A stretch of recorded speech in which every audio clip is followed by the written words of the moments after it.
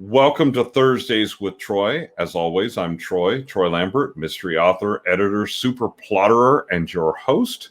Today, I'm excited to welcome Victor Pineiro. Victor is not only a middle grade author, but also a creative director at HBO Max for a yet to be told to us coming soon feature, and a content strategist who's managed YouTube and launched Skittles as far as the social media, creating its award-winning zany voice. He's also designed games for Hasbro. You should check out his website and see those are rather interesting. Written and produced a popular documentary on virtual worlds called Second Skin, also very good, and taught third graders. Time Villains is his first novel. So welcome, Victor. Well, thank you. Thanks so much for having me. But with that, we're gonna dive right into talking about revision. Now, we've talked about this a little bit on Thursdays with Troy before, but two of the things that people often ask about Plottr is, first of all, how do I get started? When they're brand new users, how do I get started? What do I do to just start plotting my first book? And the second one is, how does Plottr fit into the revision process? So we're going to dive a little deeper into the second one today and look at one of the many ways to pull your manuscript apart after you've written it and see how quote unquote successful it is, and what you need to do in the revision and the rewriting process. So first of all, one of the things that you've told me before is that you use Plottr mostly for rewriting. Do you consider yourself a plotter or more of a discovery writer? Yeah, so it's funny. I think it cost me a decade thinking that I was a plotter when in fact I was a discovery writer. So I tried to do Plottr version of novels for years and I couldn't get anywhere with them. And then I flipped, and all of a sudden I was like, oh, this is my formula. But I will say that I am a sucker for structure, and I know we're going to talk about it in a little bit. I've really nerded out on studying story structure. It just comes into play on my revision versus in my first draft usually. Right, exactly. And that's one of the things that we often tell discovery writers. You can just get the thing down, and eventually you start to get a sense of story. The more you write, the more of a sense of story you get, and the easier it is to understand that structure without having to put yourself into this little box. So when and how did Plottr, the software Plottr itself, become a part of your process?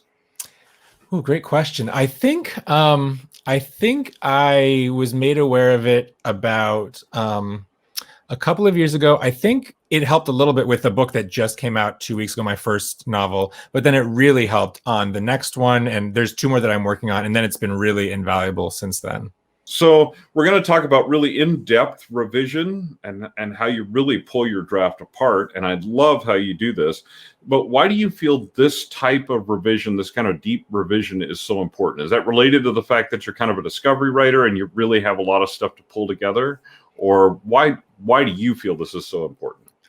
I think one of the big misconceptions I also had before I started writing, novels one after the other is I always dreaded revisions, when in fact now I think it's the best part. I love revising. And I think part of it is just like you said earlier. I think a lot of discovery writers, and for sure this is my sense as well, is I'll come in, I'll write, the sense of discovery is so fun for me. At the end you step back, you say, what do I even have? And then usually before I show it to almost anyone else, maybe like my wife and a beta reader or two, I do take one pass where all of a sudden I bring in story structure and I take a really close look. And this is where Plottr is just so valuable to me, which is, I think like so many of us, we had cork boards out and that drove me crazy because I segued into using business cards instead of note cards, which meant I could put them on tables and beds instead, but I couldn't leave them there. So again, like I'm picking it up, I'm making a mess. It's just such a pain in the butt. And then, Plottr was like this moment of, oh my God, this exists. So now I find it super important because kind of two levels. For that after my first, I call it like a vomit draft, some of us do. After that first draft, I do jump into Plottr and I put it all on a timeline and I start looking at it. And that's like part one. But then the second time I use Plottr that's even more valuable is when I start getting feedback from my editor or my agent or my beta readers or everyone at once sometimes. And then I really start piecing it apart and putting it all in the timeline. And that's how I can actually see it in my story. I think a lot of us who write are secretly, visual thinkers. And it helps so much more to have it on a page than for me to just read outlines and read, chapters over and over again. Exactly. Yes. And that revision process it's so key to be able to see it visually the same way you can see it visually when you're in the planning process. Now, before we get too far, we're going to share a screen here in a minute. We're going to really dive into how Victor does this, but I do want to mention that Victor has a template in our starter library. It's one of the great ones. If you haven't checked it out yet, you should. We're not going to dive deep into that template today, but give us a couple minutes summary of like how that came about, how you piece that together. Absolutely. So once my brother and I kind of grew up making movies together, just little home videos. And then when we kind of got to college and graduated, that was going to be what we did.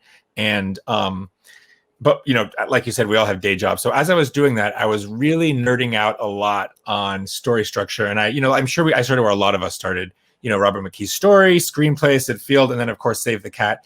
And then as I kept reading, I kept just getting interested in like the science of story structure and all that. So I really nerded out on that for a long time. And what finally ended up happening is many years after I kind of read all the main ones and kind of taken it all in and written a few screenplays myself, I thought, I wish that I knew what I knew now 15 years ago, 20, so let me create this presentation that can like almost be like a time travel to my teenage self, what I'd want to give. So I took everything I learned, put it together, smushed it all together, created a presentation, and then it kind of went semi-viral, I think, just because it was so short and compact. And then as part of that, what I did is I created a template, like a basic, and that's, if you look at the template, you'll see, if you've studied all these books, you'll see bits and pieces of them. I didn't create much of it. To me, it was just pulling it all together in a way that made sense to me.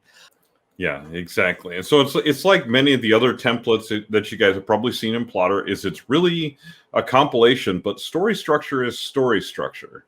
So with that, what we're gonna do is we're gonna look at Victor's file here. I'm gonna put it up on the screen, and we're gonna talk through how he pulls his books apart after they're written. So first of all, we're gonna walk through. Let's just walk through. Up at the top here, we have Act 1. Act 2A, all those different things. So let's talk about those things. Basically, you just pull out your scenes and you put them where they belong on the timeline, or do you even have the act structure figured out at first? Yeah, it's funny. I find that becomes a lot more fluid. I am a bit of a discovery writer, but because I do have those years I spent nerding out on story structure, as I'm writing, sometimes I do try to kind of figure out, like, what? This feels like it's going into Act 2. This feels like it moves over here. So I do a little bit of that. I have a little bit of it by the end of it. Usually it's just notes, but this is when I really put it all there and see if it works. And then it's so easy to quickly see, like, oh my God, my Act 2A is incredibly long. Or, oh my God, I have no Act 3, things like that. Right, exactly. This does kind of follow the same template, the Victor's same template. It's just this is kind of an after the fact thing. So what I like is then talk us through the characters below here. So this is how you track your characters when they come into the story, the various different things like that. So talk us through that and how that works for you. So my first kind of Plottr file is usually those first 4 or 5 lines, which is the main characters and kind of getting a sense of where they are and where they do what they do. And that I feel like is probably a more traditional way of using Plottr. What I like to do here as we go further is actually, a lot of these are actually just responding to a note I got from my editor or my agent or some beta readers. For example, that first one, Billy, I threw some fake names in here.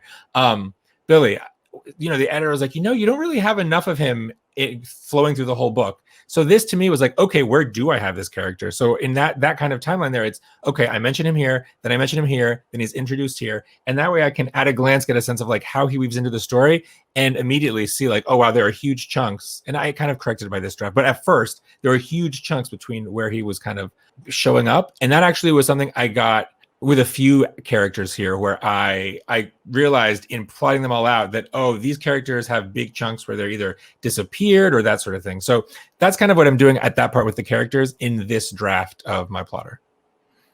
And that is actually beautiful. I love that. I want people to note too, this is just really simple. There's nothing inside this scene card. All it does is it just reminds you this is where he was mentioned. This is where he was introduced. There's no like scene summary here, nothing like that. This is just a really simple use of Plottr to chart where people appear, where they disappear. So that's a fantastic way to use those. And I see that you go down all the way through these characters, but then one of the things I'm most fascinated with is down at the bottom, you have anxiety, power, dialogue, action. And I really like what you've done here. So walk through what you're doing here and how this helps you like keep your energy up, keep your continuity, that type of thing. Absolutely. So this is where and this, I only really started doing it in my last two novels, and it was so useful where I realized I do not just need to be using Plottr to chart characters. It would be even more useful to start charting all the different specific aspects of the book. So for example, this novel deals a lot with a character who's dealing with severe anxiety. And so what I had to do is figure out how anxiety is woven in through the entire book. How does it work when how does it come in? Where is it really important? Where is it not as much? Are there gaps in how I'm using it? Is there any strange, am I using it too often in certain areas and that sort of thing? So to me, having a timeline of the anxiety, how it pops up, and what it means really helped incredibly to kind of even it out, to make sure I was using it the right way. Power is that this novel actually has a little bit of superpowers woven in, and I wanted to get a sense of everywhere that I use the power. So I just literally put boom. So I knew I just love the at a glance ability with Plottr. And then dialogue and action was maybe my favorite way I used Plottr this time. And that was my initial draft. It was very discovery. And when I sent it to my editor, she said, this is very in the character's head. Like, you really need to bring more dialogue onto the page. You have to bring more action onto the page. And I agreed, but I didn't understand the extent of it until I jumped into the program and went chapter by chapter to figure out, like, where is there dialogue? Where is there not dialogue? Where do I need more? And there were so many places that I said, okay, not only was it easy for me to see it, but then I could tackle it really, not quickly, but much quicker than I would have otherwise, because I could visualize what areas needed work. And then the same thing for action, where, it was like, there's long tracks where there's not enough action in your book. So, and what I'll do is I'll just float them to the top of the timeline so I can see them against the scenes every time. So then I can kind of like tackle one at a time. Oh, yeah, that's a brilliant way to do it. So you just basically, you're moving power and stuff. So you're up against your main plot here, and you see, okay, where does this fit into here? Exactly. That's actually a great idea. So when you're doing revisions, do you use Word? Do you use Scrivener? What are you working in as far as other than Plottr? What software are you working in? Yeah, it's just Scrivener and Plottr. Those are the two I kind of jump between. So what, if you could give anyone like just a simple couple of takeaways related to revision, what would those be? Yeah, I think it would be the first one, as goes with any writer who's thinking about like trying a discovery method, is that first draft. Just get it out of your system. Don't worry too much about quality. Don't worry about any of that. I think that was a huge learning for me, to really lower the bar extremely on that first draft. Of course, it's not going to be great. That goes without saying, but don't worry about that. Don't dwell on it, because then I put it into, Plottr, and then all of a sudden you can piece all of that together. So to me, it's, I'll finish it. I'll get it to a place where it feels okay. I'll usually send it to, I'll give it to my wife. I'll send it to a couple of friends or my brother who I kind of trust to look at it very early on. And then while they're reading it, I'm putting it into Plottr and trying to like kind of map the whole thing out myself. The other thing I think is to me, at least, it really helps to think broadly about anything you could throw on this timeline, because there are a million things you can use this for that can help. And I use it very much like a workshop. I don't get very precious about it. I just scribble all sorts of different things I'm seeing out as I go. I'm just tracking all sorts of different aspects of the story throughout. I think what you've got here is a very simple way to go through and use Plottr to track a number of things through your story. And it really doesn't matter if you do that in one draft and move timelines around and delete them as you go or whatever, or you have several versions you can look back on. I think it's just a brilliant way to use Plottr in a very, very simple way. Again, like I say, you'll notice, those of you that are watching, is that there's no big scene summaries in here. There's not a lot of tags or things like that. Just because there are features that you can use doesn't mean that you have to use them in this revision process to make your process effective.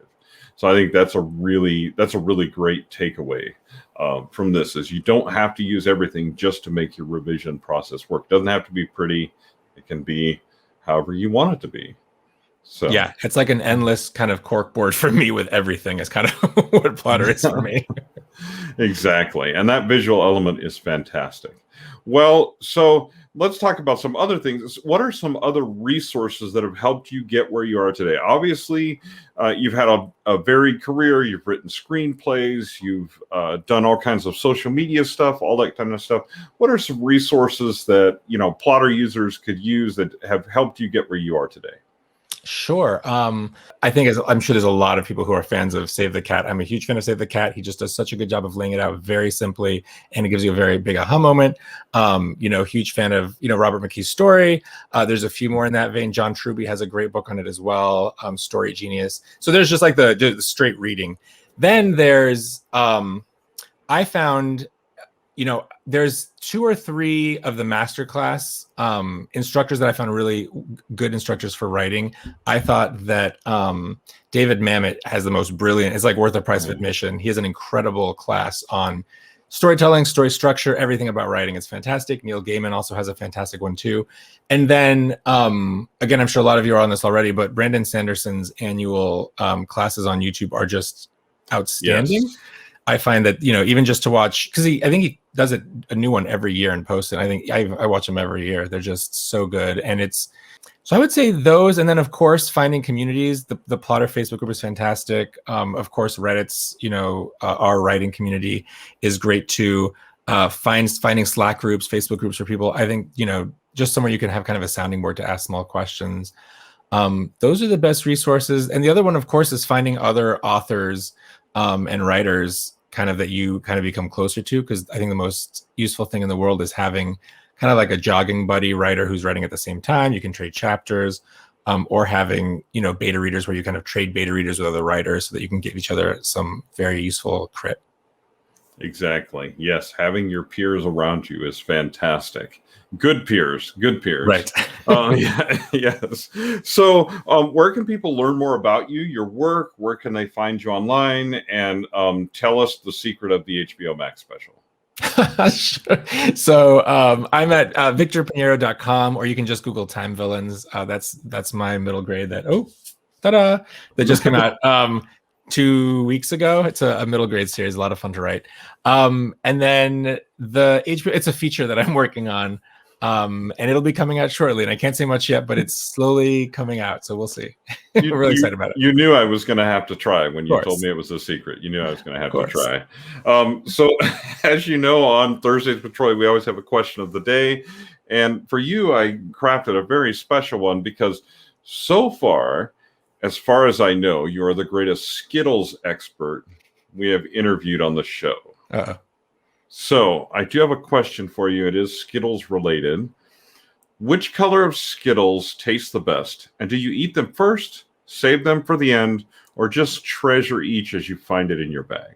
A wonderful question. I'm partial to red and then purple. And I am not as much a fan of the other ones. So I eat them first and then find somebody to pawn off the other ones. But I think I was in the room when they switched lime to green apple. So that was like this mind blowing, like, oh my God, they're going to really do that? Wow. All right. Well, thank you very much. It has been amazing to have you on. And thanks everyone for joining us for Thursdays with Troy. We hope you enjoyed yourself and learned a lot. I do encourage you to go look at Victor's template along with the other templates that you can use with Plottr, because often it's just a matter of finding the one that works best for you. And we'll see you next Thursday for another Thursdays with Troy. Thanks, everyone. Thanks, Troy.